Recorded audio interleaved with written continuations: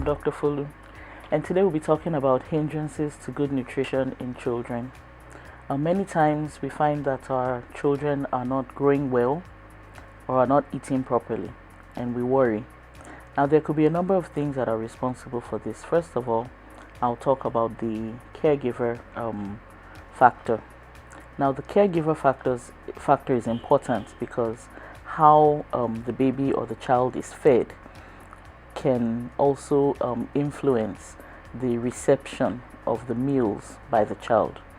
There are, generally speaking, four kinds of caregiver approaches to child feeding, and three of them are will not be too productive, and one of them is actually the most advised or the best. Now, the first I'll be discussing, of course, will be the best, which is responsive feeding. Responsive feeding means that the caregiver is observant, is patient, is not in a hurry, and feeds the child at the appropriate time, which is when the child is hungry, not according to a made out schedule, but when the child is hungry.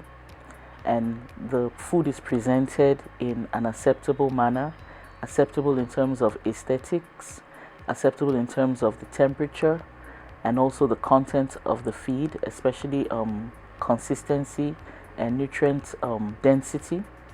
And the food is given in a manner that is not aggressive or pushful, given in an encouraging manner, such that the child is encouraged to accept it and not forced. Force feeding is not a method of responsive feeding at all and should never be encouraged.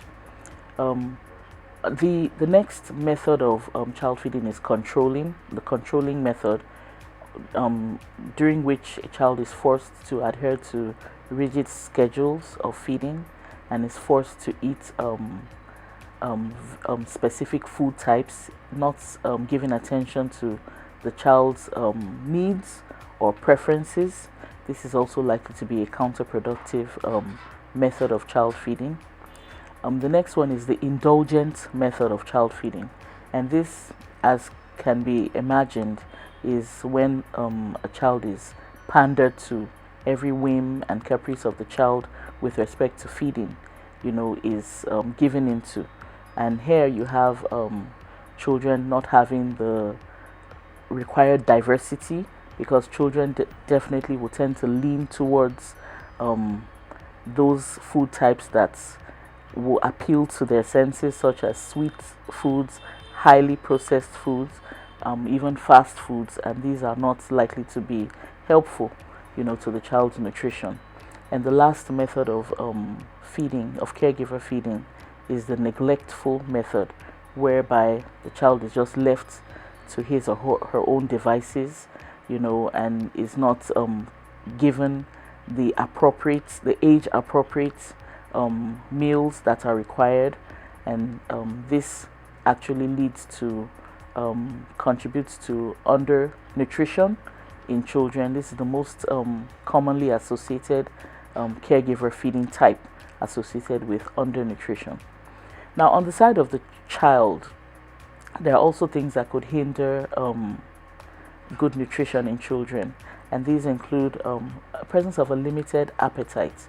Now, some children are just not very large or heavy eaters, so a child could have a limited appetite as a result of his or her constitution, and this is this particular obstacle is overcome by ensuring increased frequency of small quantities of food. A child could also have limited appetite as a result of a health condition, an illness state. Okay, so when this is identified, the focus should be on hydration during the course of the illness, and then as soon as the child recovers or is in recovery state, then we can now focus on rehabilitation, and making up for the lost time by some increased density of nutrition. Children could also have selective intake, and this happens when children are fond of particular food types. Normally, feeding is a learned behavior, so children are generally likely to pick things that they have been exposed to. For instance, a child would not just want to take a pastry if he or she has never had a pastry before. So selective intake is usually tied to environmental, or family conditions, and things that the child has been exposed to.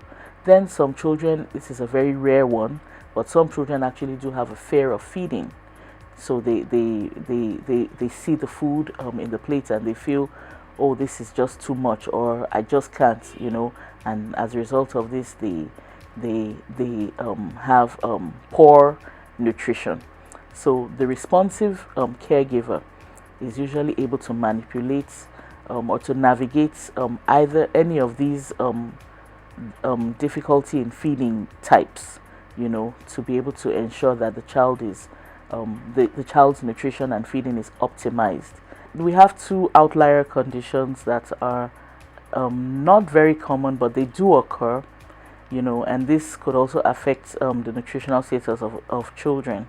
The first is the picky eaters, and the picky eaters are those who have some kind of faddish rejection of some particular foods, and commonly things like vegetables or things that are likely to be beneficial to the child, and they have almost devotion to some particular food kind. So these are picky eaters.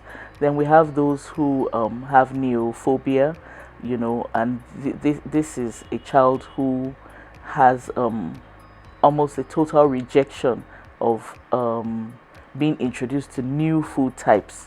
So these are special conditions which might be need the input of a healthcare provider or a specialist in child nutrition might also be needed, to navigate the picky eaters and the neophobic children. Thank you.